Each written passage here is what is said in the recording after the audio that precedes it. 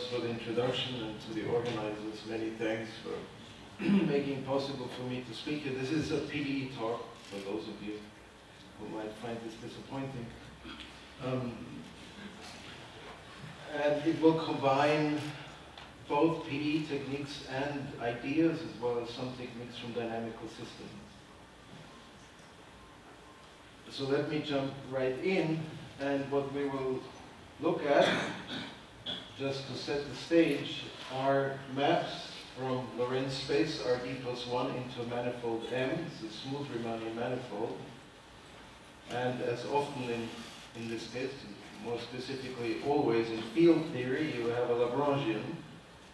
And this Lagrangian has the same signature as Professor Christodoulou mentioned in his plenary talk, so you have the Lorentzian signature, not the Euclidean one with B+.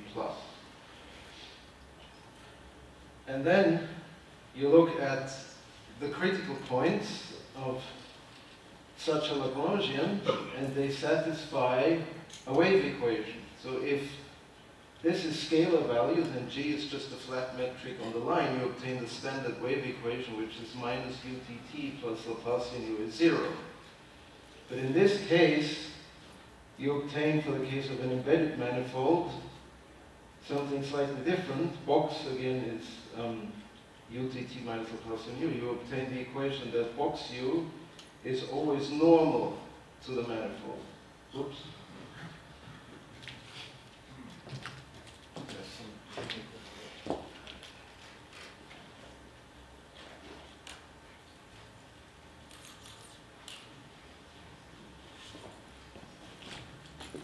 I wonder if this is always going to happen every 5 minutes. So this is the famous wave map equation. Again, this just means that the displacement given by the D'Alembert is perpendicular to the manifold.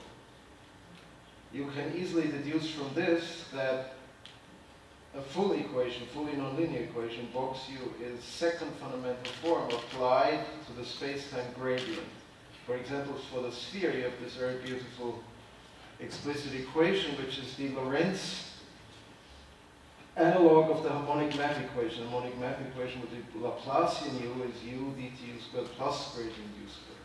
This would be the space-time Laplacian.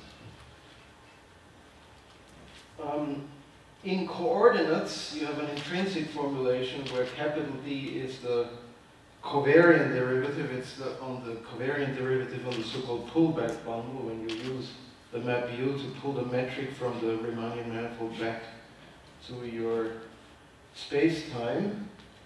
And eta being the flat Minkowski metric, you can write it by lowering and raising indices. The equation takes this form. This, of course, is very reminiscent of the geodesic equation. And sure enough, you can create solutions. Everything here are smooth solutions. So smooth solutions of this equation by taking a geodesic and parameterizing it in time by a scalar wave. So box phi 0 is just a scalar wave. You obtain a wave map, but it's a very restrictive wave map. It is a one-dimensional range because it lives in the image of the geodesic. Now, there is a Hamiltonian theory. There is an associated energy which is conserved in time. And since this is an evolution problem, you have a Cauchy problem, which is very well formulated. You prescribe an initial map into the manifold, and you prescribe the initial velocity. The initial velocity is a vector field, of course, tangent vector field. And the basic question is, does there exist a smooth local or global in time solution? Questions of this type are interesting to this day, although much progress has been made on this in recent years. And in a nutshell, the answer is locally, yes, there is always a smooth evolution. This took a long time also to, well, not exactly that result, that's easy, but if you want to know finer results for the local theory, then this was much harder. And you need these finer results for the local theory to obtain global theories. And there, again, in a nutshell, it turns out that the geometry or topology of the target plays a decisive role, and more about that in a a moment. There is this notion of criticality that comes up in this context, is very well known to the experts, of fundamental importance. You just look at the dilation symmetry. Symmetries play a huge role, but since you're looking at a Lorentzian theory, the equations are invariant under the Poincaré group. Now we're looking at a conformal symmetry, the dilation symmetry, and you ask which are the Sobolev spaces which are invariant under this conformal symmetry, this very special conformal symmetry, and you immediately compute that the critical exponent is d over 2. This is the regularity that's invariant, as you can see just by computing the Jacobian, which is lambda to the d. So since you're in L2, you need lambda d over 2 in terms of derivatives to compensate for that. This is the critical regularity. And the logic in this game, that it's not a method theorem, but it's more of a philosophy, is that when you prescribe more regularity for the data than this critical exponent, you should have smooth solutions, or you should have just solutions, and below that you are ill-posed. So well-posed for regularity above that, and ill-posed for regularity below. And this pans out with the easiest case being d equals 1, then the energy, which is h1, gives you more regularity than you need by scaling. Critical case, which already turned out to be very difficult, is d equals 2, the perfect balance between the energy and the scaling. And the supercritical case, which is very poorly understood. Yeah, so we have the same problem. Turn off the Wi-Fi.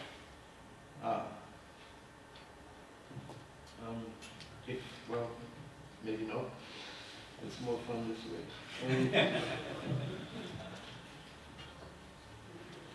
So the critical case took many years to resolve, and two perfect examples that show completely different behavior, S2, the sphere, and the hyperbolic space H. So the positive curvature case and the negative curvature case. For negative curvature, heuristically speaking, you have strong dispersion, which allows you to have global smooth solutions, whereas for the sphere, things can focus at a point.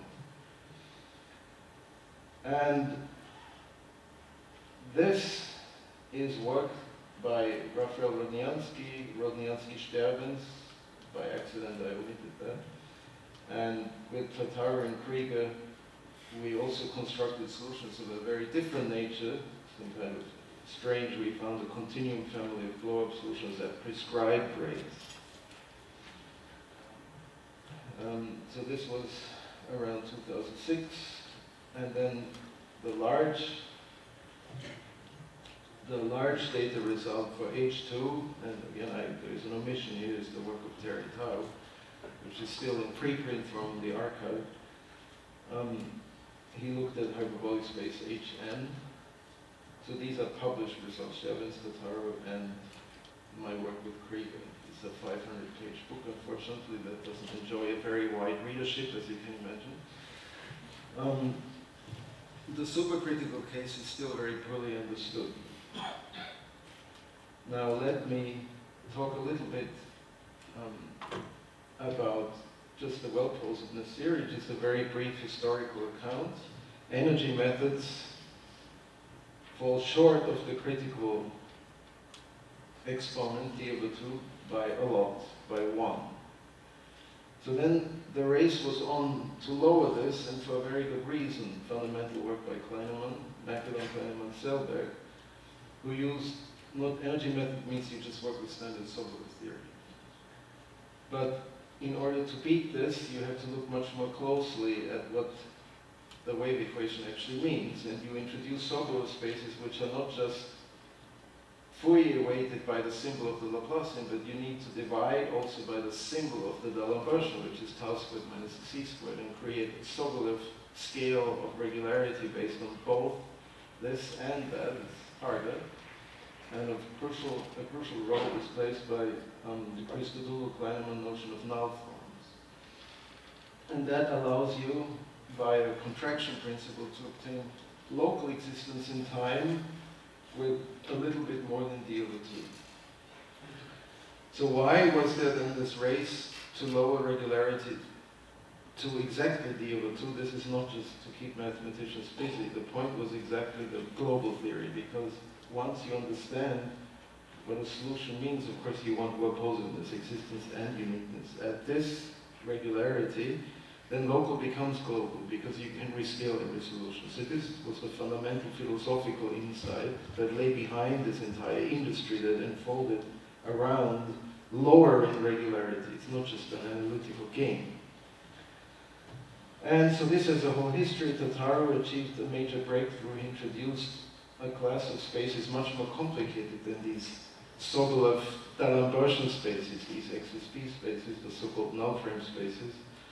He didn't quite obtain small energy results. He needed, for the experts, he worked in Basel spaces with an L1 component that summed over the little Paley frequency projections. So Terry Tao was the one who then, people talk about this, the solution of the division problem.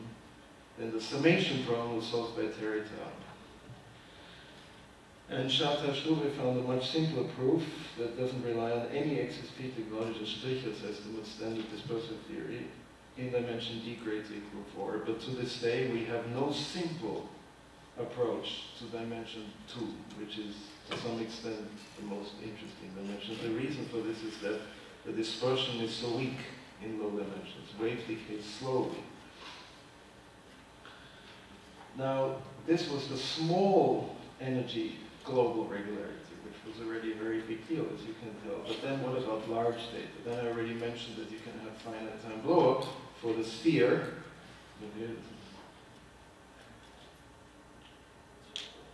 Now, to get large data, one needs some kind of handle on how do you even approach that. So then a fundamental idea was introduced by Gauguin, as induction of energy, that you find a way to break things up into pieces of energy that interact in certain ways. Of course, you don't have the superposition principle. So the problem was to find some kind of way around that. So we reintroduced the superposition principle, and that makes sense if your waves are weakly interacting. For example, they live at very different scales in physical or Fourier space. And this was, a blueprint for this was introduced in this revolutionary paper by Koenig-Mell.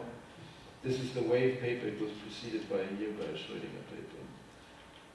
They found a way to very systematically use concentration compactness that was introduced in the elliptic world by Pierre-Louis Lyons. And then for dispersive equations was really put on the map by Paris-Gérard around the very late 90s. And Koenig-Mell introduced a blueprint how to implement these linear constructions in the nonlinear world. The equivariant case was much studied by Christodoulou, Chatata, Villasade, and Sture in the 1990s.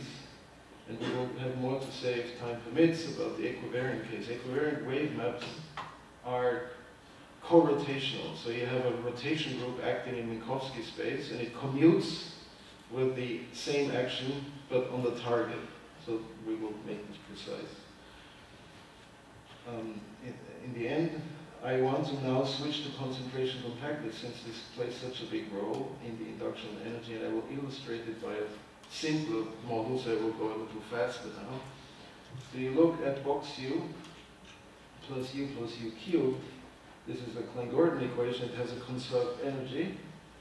And if S is the linear propagator, you write down a solution via the Duhamel formula, of course. Now, the simplest of all estimates is the energy estimate, which is carried out here. You can just believe me, it's extremely elementary.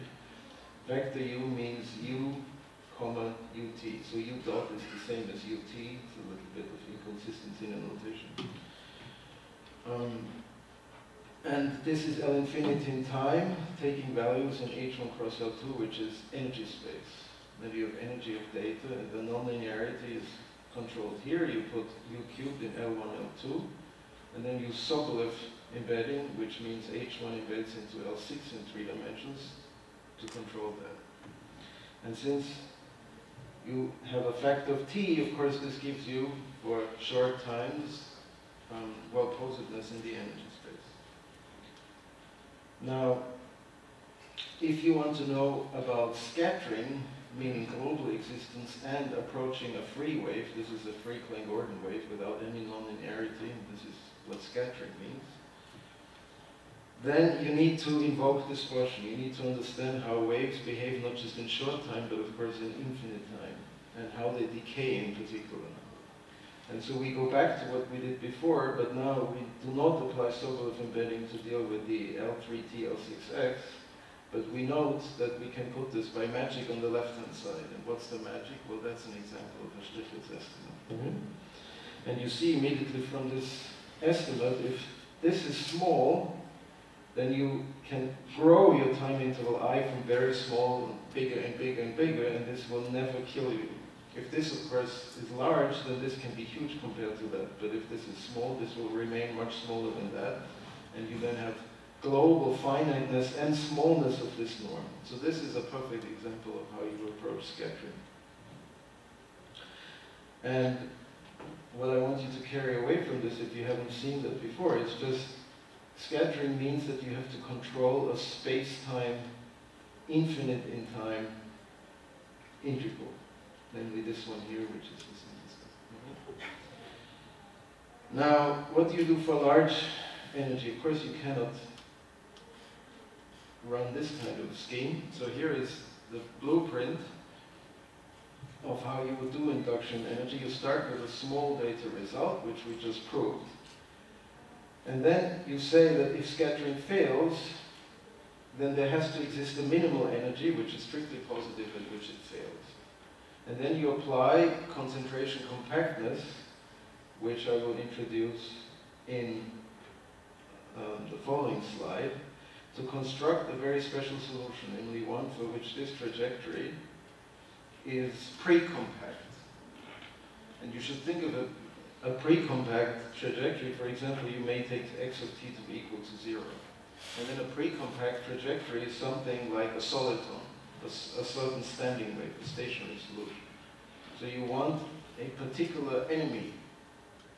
And then you exclude this enemy by a rigidity argument. You show by monotonicity formulas essentially that such a thing cannot exist. And this is the scheme introduced by Koenig-Mell in Pauri-Gerard, takes care of this crucial step. And so what is this Pauri-Gerard decomposition? It's an extremely general fact that's almost a bit paradoxical when you first see it, but if you're used to concentration compactness in the elliptic world, then this is the dispersive analog, if you wish. So imagine that you take an infinite sequence of three Klein-Gordon solutions.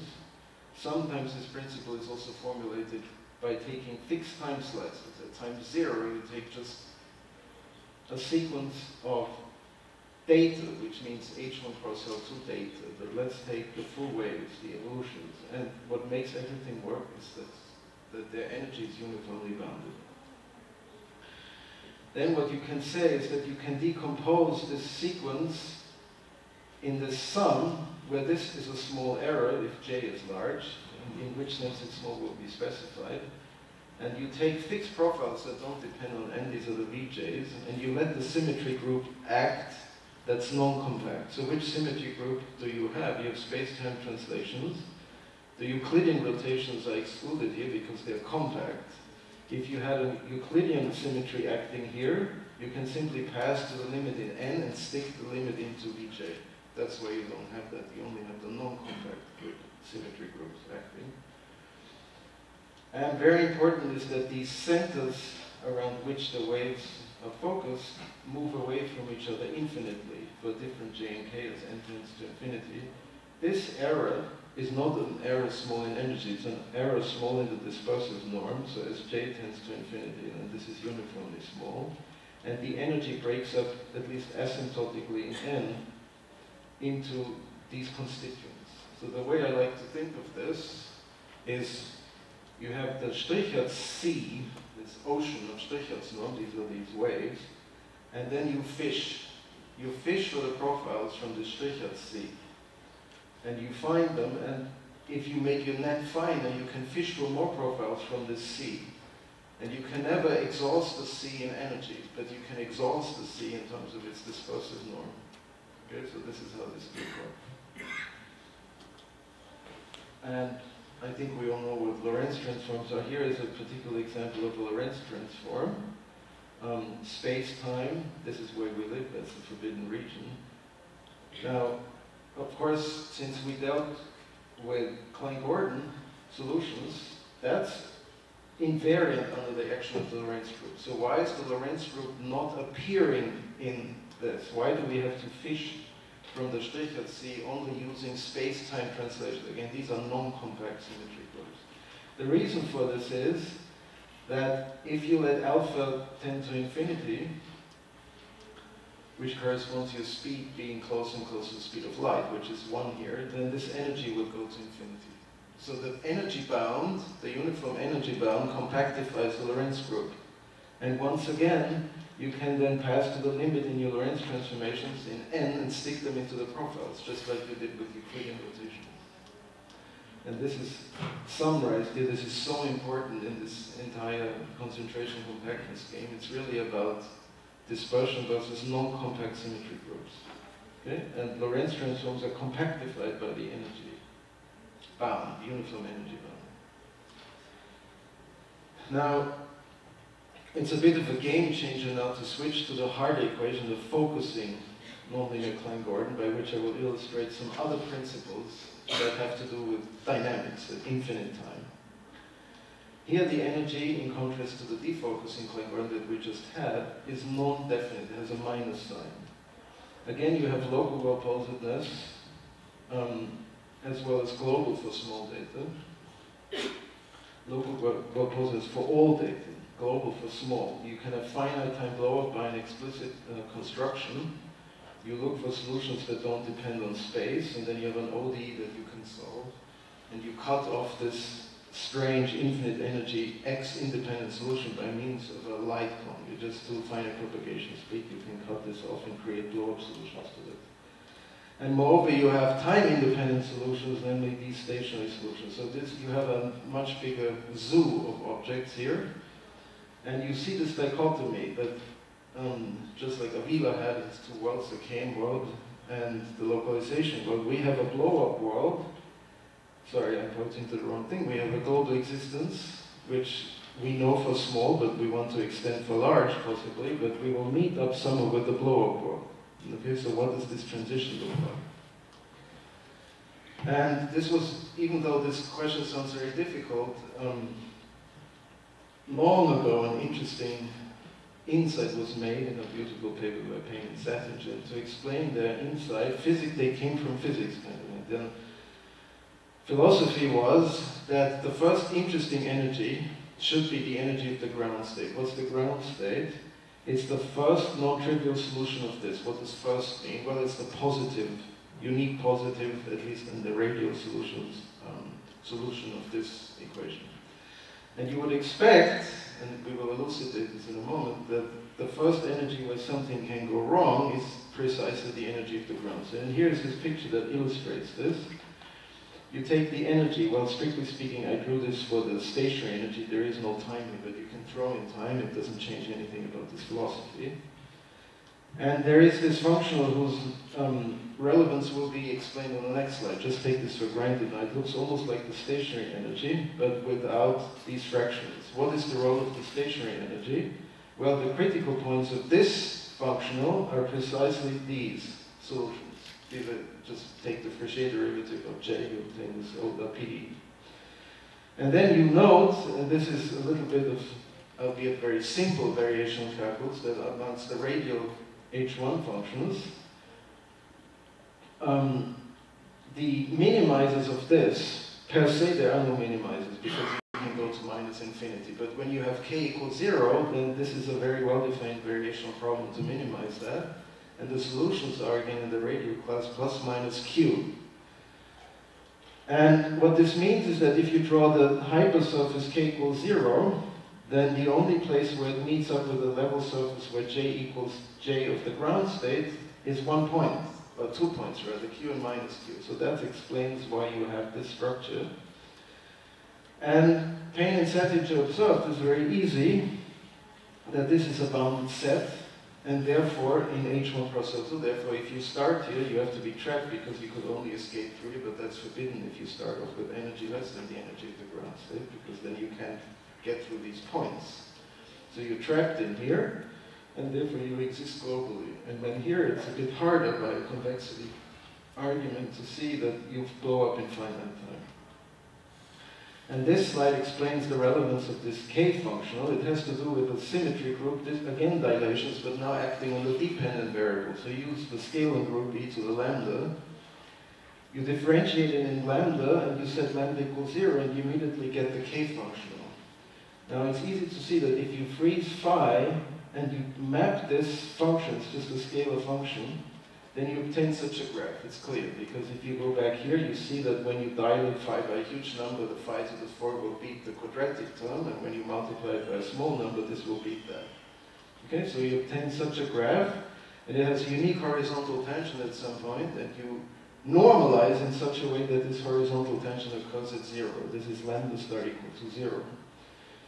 And the Payne-Satinger philosophy was, think of a mountain pass argument, you have a volcano, and you look for the lowest way to escape from the volcano. So you will have to minimize this height, again under the normalization lambda star equals 0, over all choices of phi. This is this variational problem. I hope you can still see it. It's at the bottom of the slide. And lo and behold, this smallest possible height is the energy of the ground state. Okay? That fits perfectly with this picture. And so what happens, and this is Payne-Satinger theory. Payne-Satinger says that if this energy, you have to throw in time, is less than the energy of the ground state, you just have to look at the sign of K. If it's non-negative, you're here, you exist globally. If you're here, you blow up in finite time. So now what happens when the energy is bigger than the energy of the ground state? Note that this allows you to escape. We will have a picture about this in a moment, but if you increase the energy, you will put little balls around you, and then you can escape, and then everything is unclear. But Nakanishi and I observed in 2010 that there exists an epsilon, it's very small, so that you have a complete description of the long-term dynamics that are allowed under this condition. So if the energy is less than the energy of the ground state plus a little bit, then you either blow up in finite time, you exist and scatter to the ground state, or you exist and scatter to Q. Scatter to 0, or you scatter to the ground state.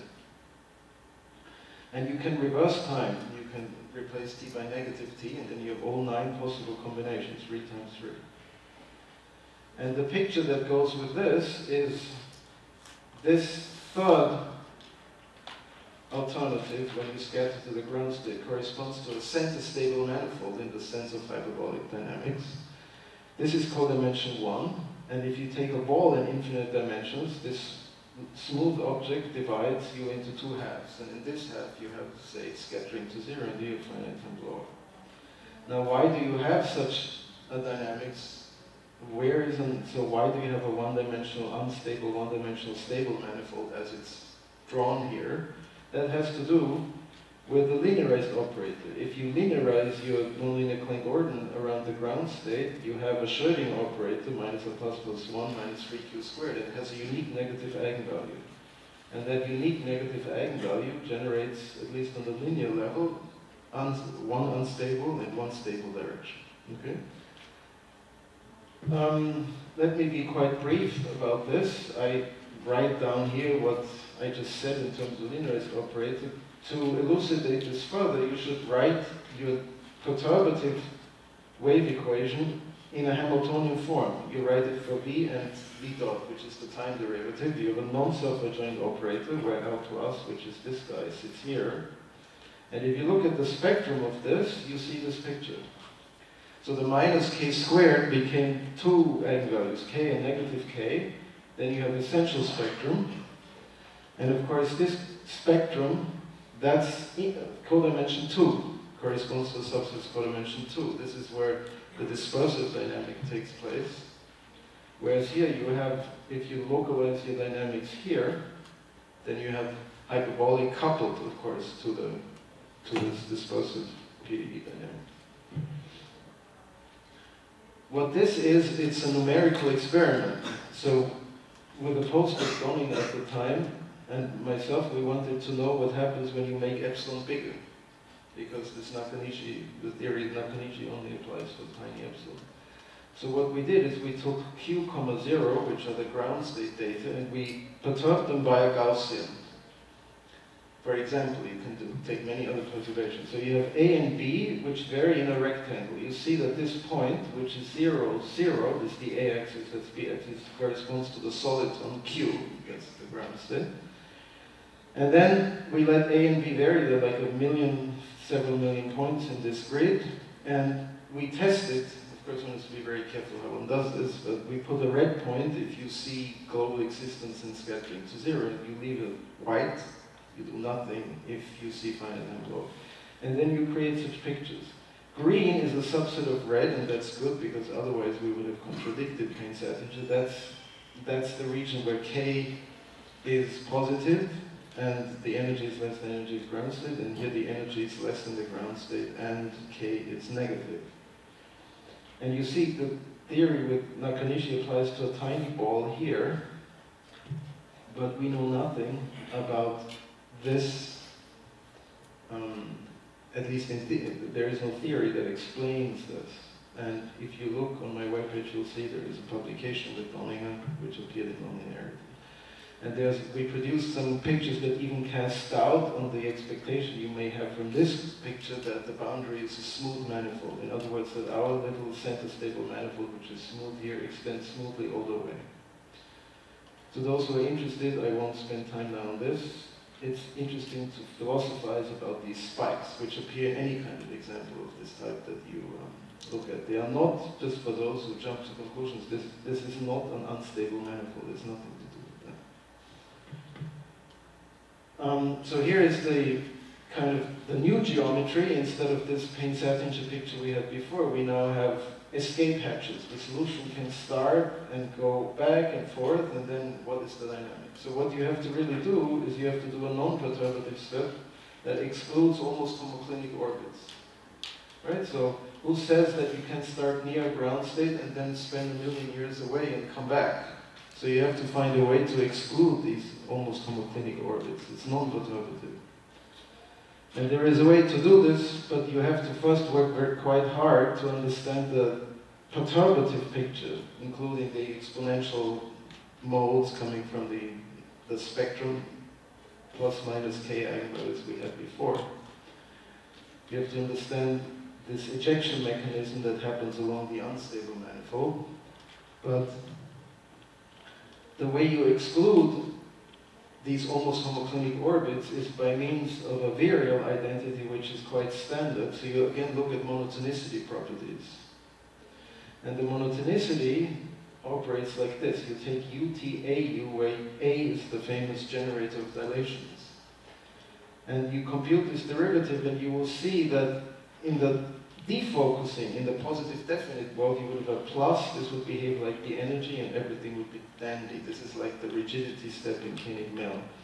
Here, your life is not as simple as that. You have a minus sign, but you can still control along the punchline is kind of that along in such an orbit, you can control the sign of this. It cannot change as you move along here.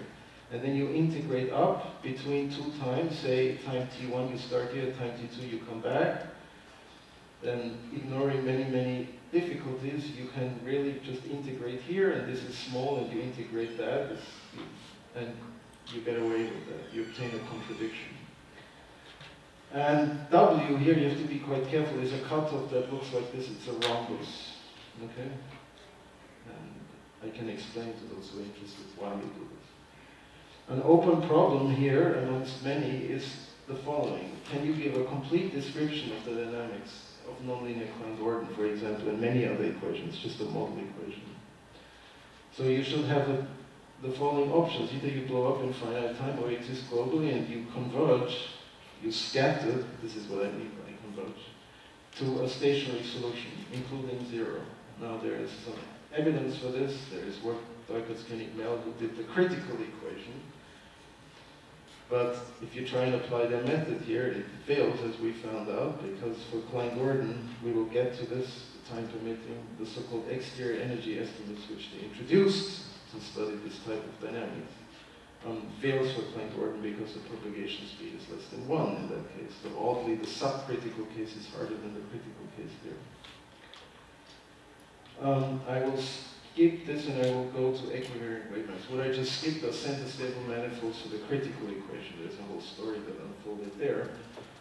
Now equivariant wave maps, which were studied, for example, by Christodoulou here in the 90s, you have rotations acting on Minkowski space. This is a charicity of R2. And the same rotation acts on the target, which is S2. And you look for those maps for which this commutes. And this, again, is a special case. This is called one equivariant because you might have R squared, R cubed, or something else there. Right? You could rotate several times. And you introduce just spherical coordinates on your target. The azimuth angle is psi, phi remains unchanged by your equivariant assumption. And you obtain a much simpler equation, even though it may look complicated to you, but you have really made your life easy also because this is now one-dimensional. Not that this is so easy to analyze. Your conserved energy takes this well-known form, and at infinity, to make this finite, you have to approach a pole. So you start at 0, meaning azimuth angle psi starts at the North Pole. Then you have to go to either North Pole or South Pole when the radius tends to infinity. Okay? So there is a well-defined notion of degree, because you have n pi. In addition, you have a harmonic map, which is the unique stationary solution in this case, and it's just 2 arctan r written in these coordinates. Okay? This is nothing other than the identity lifted by a stereographic projection to this case. Right? You take the identity from the sphere to the sphere, one sphere gets projected down to the R2 by stereographic projection. This is the formula you obtain. And the theorem that's on this slide, we obtained with Raphael Kott, who was visiting us at the time. Laurie, now a postdoc at Berkeley, student in Chicago at the time. If the energy is less than twice the energy of the ground state, it's not a typo, it is 2, and the degree, your homotopy class is degree 0, then you exist globally and scatter to a point, scatter to a free wave. And this is sharp. If you are slightly bigger than twice the energy of the ground state, you may blow up in finite time. Why 2? You may expect to see 1 there, because you can take your harmonic map and rescale it. Not that this is so easy, this is what Krieger, Tatar, and I did in 2006. And that might lead, or does lead, if you are careful, to finite time blow up. But you see, this is not degree 0, that's degree 1. So to do degree 0, you will have to glue such a map with another copy of itself to take the South Pole back to the North Pole, and that costs you twice the energy. So this is 2.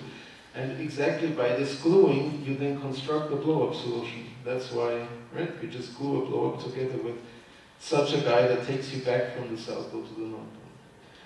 And when you degree 1, by the same logic, your cutoff is 3 times the energy. Okay? So if your energy is less than 3 times the energy of the ground state, you have a theorem that says if you blow up in finite time, then you can only do so by bubbling off a rescaled harmonic map. So neither of these is so simple to prove, but this, not surprisingly, is quite a bit harder than that. I should say that really the crux of the matter here is that this doesn't, it's much easier, the theorem becomes much easier if you're satisfied with weak conversions to 0 of this error. But this doesn't converge this weakly, it converges strongly in the energy topology, and this is hard.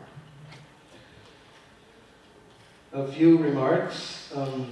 You can also, why do we talk about finite time blow-up? You can also describe global solutions in this case when you kind of bubble off such a thing at time infinity. Codd in 2013, a year after we did this, removed this energy obstruction, and by iterating, he wrote down a theorem that says that you can bubble off many of these. Okay? And you keep going back and forth between North Pole and South Pole as you do this. But he, in his classification, you only have a sequence of times, which is less satisfying. Here we have all times, so that's an open problem. And it's also an open problem to construct bubble trees. So if you have several of these, can you even find a solution that behaves like that? This is not known. Okay? So to construct these bubble trees. A problem that's not written here, perhaps because it's so intimidating, is to obtain analogous results in a non-equivariant case. Alright? So in a non-equivariant case, we have no understanding even of what the possible dynamics of blow-up is. Can you take an infinitely rotating rescaled harmonic map that where the energy concentrates in a point? So we have no theory of non-equivariant blow-up, or let alone a description of this type. A crucial role in this game is played by Michael Struve's theorem, which I will very briefly explain. It's a bubbling off theorem. It is an outgrowth. It's a short paper. It's a very nice paper, 2000. And the reason it's short is because he can rely on the calculations of Christodoulou and Sadeh and Chattah, who show that if blow-up happens at time 1, then in any cone which is slightly between a cone, the light cone, and a slightly thinner cone, the energy goes to 0. And if you iterate this logic, you see that blow-up cannot happen in a self-similar fashion. In the Koenig-Mell scheme, excluding self-similar blow-up is a big deal. Here, the self-similar blow-up is excluded by these virial type calculations of Christodoulou and collaborators and Struve's extension. And what he shows is that at least locally in space-time, you find a sequence of time so that if you rescale these little cubes to a unit cube, then this converges to a harmonic map, a non-vanishing harmonic map. Non-trivial, I should say, non-constant harmonic map. And this Struve bubbling off theorem, even though it's local in space, is exactly what you need to extract these profiles. Now let me briefly talk about something that looks very elementary but holds many surprises and is crucial here. You will think, what is easier than that? You take a radial, say, solution of the free wave equation, and you take the origin, you exclude backward-forward light cones, and then you take slices of fixed time, and you compute the energy in these slices. Then it's immediately clear, just because energy can only escape outside, it cannot come in, that this energy decreases in time. So there is a limit, it's because you monitor. What is this limit? So in 3 dimensions, what Koenig-Mell observed is that either in forward or backward time, which of course you cannot avoid because you may be incoming or outgoing, that this asymptotic energy captures at least 50% of the original energy. And for the experts, this is an extremely good idea because it circumvents the virial identity for the rigidity part, to exclude the minimal criminal, as some people call the compact trajectory solutions you get from concentration compactness. How do you do this? You either use the virial identity, which I had in the one-pass theorem with Nakanishi, some variant thereof, or you use such an idea. But this idea by itself is not enough, really. What you have to allow for is you remove a ball and then repeat this game. But let me not go there for now, let me just describe here. We had a big surprise in this whole wave map business. You would need such an exterior energy thing, but this was only done for 3 dimensions. When we looked at even dimensions, for an extremely strange reason, which you only see at the pages of calculation having to do with asymptotics of Bessel functions, this estimate of Koenig-Mell, which holds for all data in their case, fails in even dimensions. However, it holds depending on the parity of 4, either for f0 or 0g. So you either have initial position 0, initial velocity 0. And the reason we get away in the previous theorem with these partial results is because of Christodoulou and collaborators' result that says that at lower time the kinetic energy vanishes in this average sense. And because of this vanishing, you can kill the initial velocity. So you end up with F0.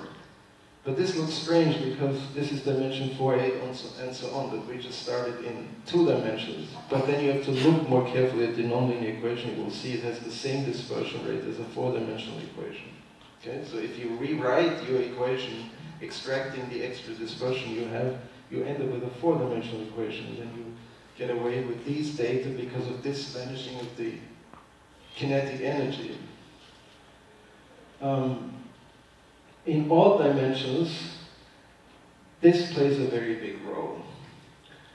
When you allow, in this picture, so you remove, you excise a ball, and then you look at these types of exterior energies.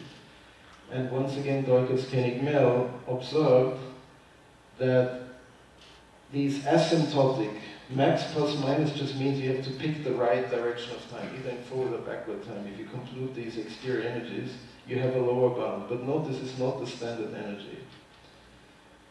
The reason it comes up in 3 dimensions is because R times U satisfies a 1-dimensional wave equation. Alright? And so they left it at that, but then if you look more carefully, you see that this is a projection onto a Newton potential.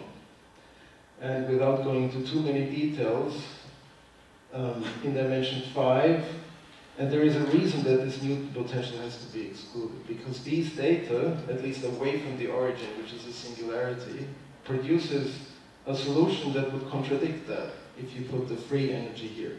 So you can't put that here. This vanishes, but then this has to vanish, and you do the mental calculation, you see R times R minus 1 is 1, you differentiate, you get nothing, you get 0. So this fits. And so then we extended this game to dimension 5 and other odd dimensions, which sounds odd. Why would people care about dimension 13? Well, it has to do with my last slide, which is these exterior wave maps where we are finally able to prove the full Soliton resolution conjecture. So maybe the computer is telling me to stop. If you give me 30 more seconds, I can describe this very briefly. You take our 3 to S3 wave map, which is actually a supercritical point, but then you remove the unit ball around the origin, and you prescribe a Dirichlet condition, which means that the boundary of the ball, just the sphere, gets mapped, say, to the North Pole, a fixed point on the S3. And then you have an equivariant formulation of the wave maps, and there is a good reason that you take R3 to S3 and not R2 to S2, because for R3 to S3, if you write down the stationary, what it means to be a stationary solution, a harmonic map, you obtain the damped pendulum equation, not the pendulum equation. So there you have infinitely many heteroclinic orbits that connect north to south poles. So in other words, you have a unique harmonic map in each homotopy class. You prescribe the degree, there is a unique harmonic map. And then what these physicists observed numerically is that the solutions relax in each homotopy class to their unique harmonic map. And if you look at the linear, they did some linear analysis, they obtained linear stability, but this is a totally different result. And finally, after several years of work, we are able to prove this. So whatever data you prescribe for your equivariant exterior wave map, you relax to the unique harmonic map in this degree and equivariance class. And this varying the equivariance class forces you into very high odd dimensions, which is why we need these strange dimensions 17, 19. Who cares really? But this problem forces you into these dimensions because you get more and more dispersion.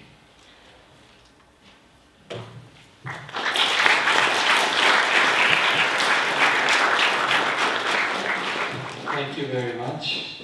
I think we'll skip the questions after the talk because we're running a little bit late, but we have a present from the local organizer.